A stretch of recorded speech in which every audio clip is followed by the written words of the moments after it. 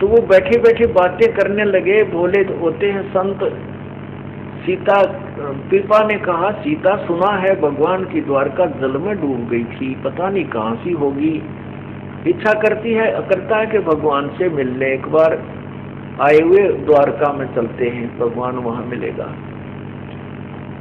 उनकी बात एक लफंडर सा पाड़ी सुने था। वो बोला मैं बताऊं द्वारका किस है, कहाँ, इसमें ये यो दिखो ना, वो गंगा के बीच में दरिया में निशान बता दे, कुआसी है। और अच्छा, अब उनके देखते देखते दोनों ने डांक मार दी, अब चल भगवान से मिलाते हैं। अब कहते हैं पूर्ण परमात्मा ने उसके लिए क्या लीला की कि वहां पर एक द्वारका रच दी उस जल में, दरिया, उस जमुना के जल में, गंगा के जल में। और ऐसे ही वहां कृष्ण रूप धार के पूर्ण परमात्मा उस पीपा और सीता के साथ रहा, उनको खूब अच्छे भोजन करवाए हैं। और भाई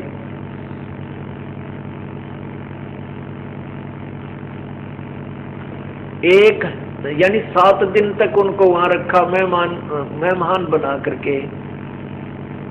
उधर से क्या हुआ कि वहां आसपास नगरी में शोर मच गया कि 2 भगत, 2 साधु और गंगा में डूब कर मर गए। उस पाड़ी ने धमकावे, सारे उस ग्वाले को धमकावे और उसको बुरा भला के निकम्मे, तूने क्या किया, यू तूने क्या कहा इनको। उस पाली ने बताया, ग्वाले ने कहा कि ये मेरे से यूं पूछे थे कि यहाँ बताते हैं द्वारका है जल में, वो कहाँ सी है। मैंने तो मजाक कर दिया, कुआरी इसको बीच में है, वो बीच के अंदर है दरिया में। इन्होंने मेरी दूसरी बात सुनी है, कोई ना डांस छलांग लगा दी, दो भगत मर गए, 2 भगत मर गए। दरिया का पानी था, उसमें लाश भी ना पावे, तरफ कितकी कित जावे। तो कहते 7 दिन तक परमात्मा ने वो वहां रखे। और 7वें दिन कहने लगे भगवान हम जाते, हमारे गुरु जी आगे होंगे। पूर्ण परमात्मा बंदी छोड़ने का, अच्छा बेटा जाओ, और यूं करो, ले एक अंगूठी दे देता हूँ, दोनों के इसी बढ़िया सोने की अंगूठी छाप बना दी और उस पर लिख रखा कृष्ण, श्री कृष्ण। क्योंकि वो श्री कृष्ण माता तो ऊपर के श्री कृष्ण जी ने मान बैठे, क्योंकि पुराना रंग भी जल्दी से नहीं जाता, तो उस पर लिखा श्री कृष्ण। वो दोनों बार आए 7वें दिन, तो वहां आसपास के लोग देखने रहे आदमी, ये दोनों जिंदे आ गए, तो सारे भाग कर इकट्ठे हो गए खेतों वाले। कहने लगे आप मर गए थे। तो बोला हम क्यों मरे, वो जो भगवान नहीं बचते, हम तो भगवान से मिलकर आए हैं, श्री कृष्ण जी की द्वारका में गए थे और वहाँ 7 दिन भगवान के साथ वहाँ ग्वाल बालों में खेल कर आए हैं। वो कहने लगे नहीं दृष्टि देखो, भगवान ने हमारे को छाप दी है अंगूठी, दोनों पैर एक एक। अब पुण्यात्मा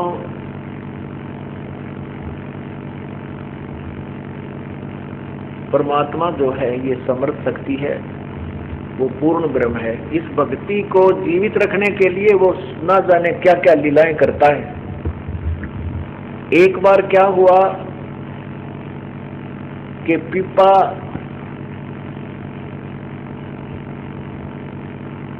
और सीता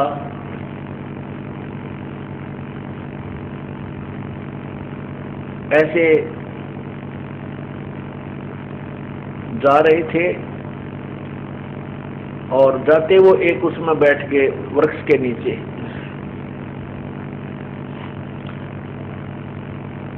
एक सेठ वहां पर आया और उसने कहा कि बाबा जी तेरे को भूख लगी होगी। कहाँ भाई, भूख तो लगी जाती है। तो उनको भोजन कराया, अच्छी तरह आहार करवाया। फिर कहने लगा कि इस औरत का तू क्या करेगा बाबा जी, ये दुखी हो रही तेरे साथ, इसको मेरे साथ भेज दे, मुझे दे दे। मैं बोला ले जा भाई, तेरा बुलाओ, मैं भी दुखी हो रहा हूँ, इस तरह ले जा। और सीता उसके गेल उठ कर चल पड़ी। अब जा भगवान तो सेठ के पास जा। इसको आवश्यकता होगी रोटी टुक्का बनाने की, खाना खुना बनाने की, चली गई। अब उसने सेठ ने तो ऊपर चौबारे में छोड़ दी, तू यहाँ नहा धो ले और कपड़े कुपड़े बदल ले, अच्छे बढ़िया कपड़े ला दिए। अब सेठ जी आध घंटे के पास से गया, ऊपर कुआड़ खोले तो वहाँ शेरनी का रूप धारण करके वह शेरनी दिखाई दी। और सेठ जी तो उल्टा कुला करता हुआ पड़काड़े में कानून लोट करता हुआ तला आ गया, पड़ा मर गया मर गया मर गया, क्या हो गया? तो किसी नहीं बताओ, पहुंचा गया जहाँ पीपा जी बैठे थे। कहने लगे महाराज जी उसने ले आओ ना भाई, राख तो है अभी तो कुछ दिन राखते दे, आज से भी ना पूरा भी दिन ना हो रहता है। ने बोला नहीं कति मर जाएगा मैं तो मार दिया, बोला वो शेरनी बन की बात है। जब पीपा गया ने बोला आजा भगवान, इसे बुद्धिहीन तो बहुत मिल लेंगे आपको। इस प्रकार पुण्यात्माओं परमात्मा के नाम पर लगने के बाद कुछ आपत्तियां भी आती हैं, परमात्मा उनकी मदद भी करता है। एक दिन क्या हुआ, पीपा जी जा रहे थे शहर में, एक मुसलमान के घर जन्म एक तेलन बैठी थी दुकान, वो अपने घर पर बाहर मतलब कहीं मिल गई रास्ते में। और राजा और पीपा ने कहा कि बेटी राम राम बोल, राम राम। ने बोली क्योंकि मुसलमानों में कहते हैं कि राम नाम जब बोल रहे हैं जब कोई मर जाए, वैसे राम नहीं कहते वो। तो मालन बोली कि राम राम क्यों बोलूं, हमारा कोई मर रहा है, तुम बोलो राम। ने बोला अच्छा राम राम कोई मरने के बाद बोला जाता है? कहाँ, हमारे तो मर जाना कोई जब राम बोला कहे। पीपा कहे तेरा कौन इसम, तेलन कहे तेरा कौन इसम, तेरा कौन धर्म है, तू मुझे राम राम कहने को बोल रहा है? पीपा बोला तेरा मरियो खसम। अक्चल राम तो बोल रहे तेरा खसम मर जाएगा, पति मर जाएगा। अब मालन घर पे आई, देखा तो तेली जो है अपने उस बैल के लिए घास को ठीक, चारे को ठीक करे था, न्यार रोड़ा था, चनों का घास था, उसको ऐसे करके उसमें तो वो मोटे मोटे लकड़ी से बाहर निकाल दिया करें उसको, भाई पशु को खाने में दुखी ना हो, ऐसे कर रहा था। तो उधर से संत ने कहा तेरा मरियो खसम, ओडे लो डिग गया, वो मर गया। अब पीपा वो तेली मर गया। और जो ही उस तेलन ने आके घर पर देखा तो तेली मरा पड़ा। तो वो आसपास के लोग इकट्ठे हो गए और कहने लगे लाओ किताब बोलो राम राम। पीपा जी फिर पहुंच गए, अकमाई ले ही बोल तू राम राम। अरे पति मर गया तेरा, अब तो राम बोलेगी। तब पाया पड़ गए सारे, वो जितने भी परिवार के सदस्य थे, सारी कहानी बताई उसने जी, ऐसे ऐसे मेरे से मुख से ये निकल गया कि तुम बोलो राम थारे मर जा, जब तुम बोलो हमारे कोई मर गया जब हम तो तब बोलते हैं, हमारा कोई मरा थोड़ा ही है। तो ये बोला ले तारा मरे जागा, तेरा पति मर जाओ। फिर तब बोल लगी भगवान का नाम तू। फिर पैर पकड़ लिए सारे उस कुल के लोगों ने, मालन ने, उस तेलन ने भी माफी मांगी। तब परमात्मा ने वो पकड़ कर उस पीपा जी ने पकड़ कर बाजू और तेली खड़ा कर दिया, उठ भाई। तब उनको प्रचार समझाया कि भगवान के नाम में ये भिन्नता मत करो, राम कहो, अल्लाह कहो, साहेब कहो चाहे खुदा, और सर्व आत्मा साहेब की वो ना ही कहूँ से जुदा।